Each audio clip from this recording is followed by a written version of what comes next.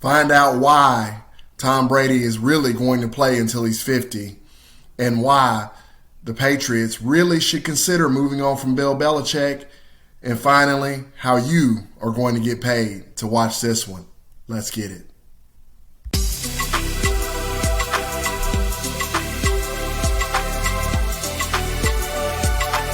This is Enough Said Sports.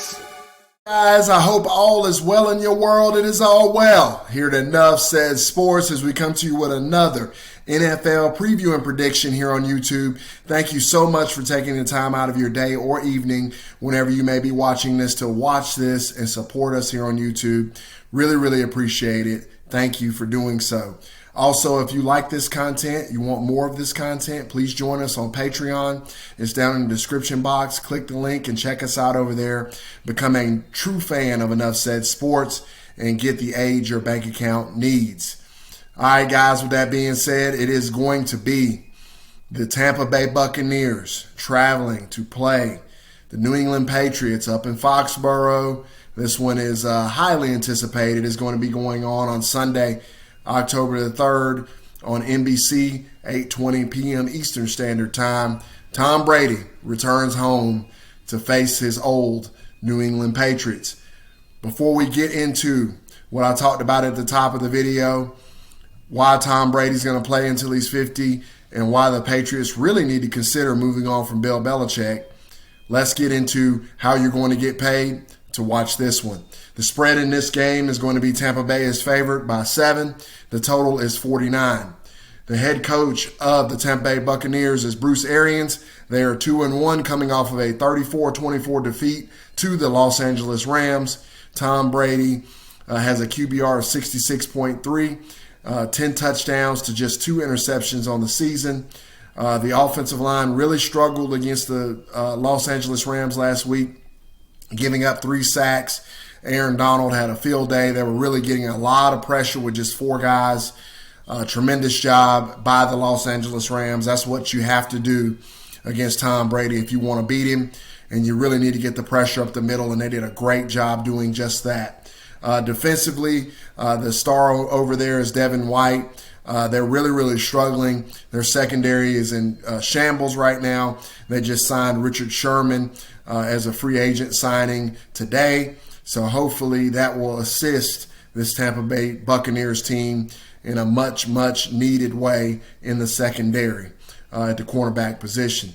Looking at the film in the last game against the LA Rams, we had Tampa winning that game here on Enough Said Sports. So it was much to our chagrin what we were able to see on film. It was pretty bad. The offensive line was uncharacteristically bad. Aaron Donald had a tremendous game. He played unbelievably well, but the entire Los Angeles Rams line played really well as a whole, and that defense really stepped up. But I thought that really the difference in the game was the line play. The Los Angeles Rams were able to knock the Tampa Bay Buccaneers offensive line backwards and play in the backfield, and that is something that will wreck any Tom Brady-led team because he is not. That's one thing he is not, and that is mobile. And so they weren't able to run the ball on the Rams.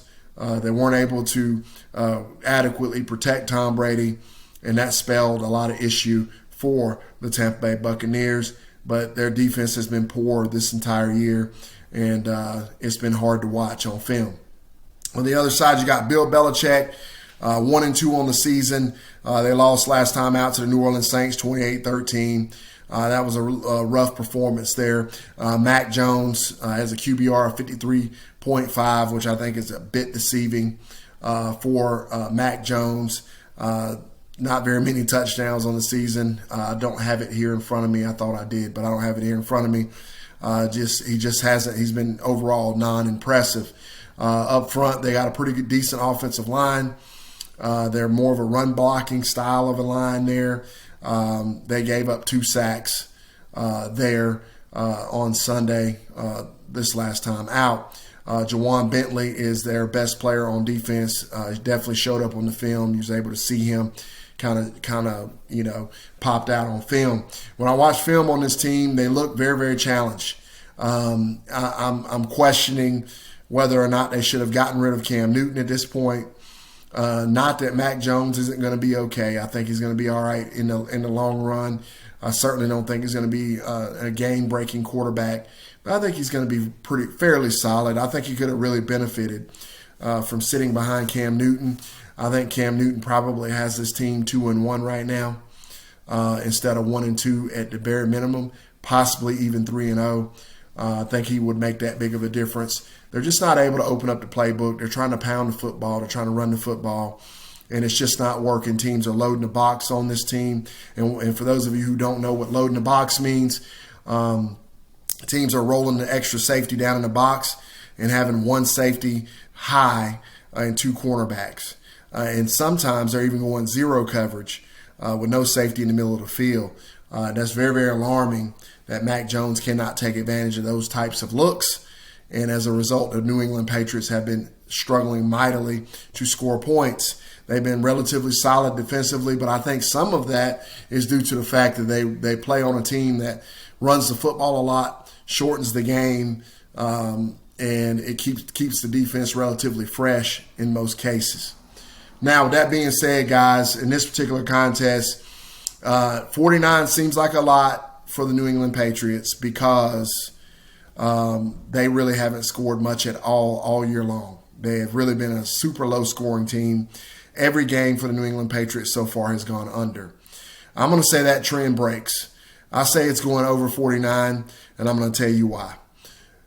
Tom Brady, after a loss like the one he just suffered to the Los Angeles Rams, he's going to break the all-time record in this game, more than likely, barring injury, for passing yards.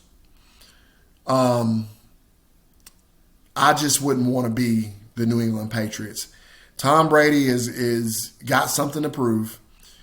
Rob Gronkowski has something to prove, and that team will rally behind that. They're going to see a huge performance out of Tampa Bay Buccaneers in this game. I think they're going to be quite ruthless. I think they're going to be quite relentless. I think they're going to score 40 in this game, and I think it's going to force New England out of running the football. Mac Jones will have to throw the football, which is not his strength.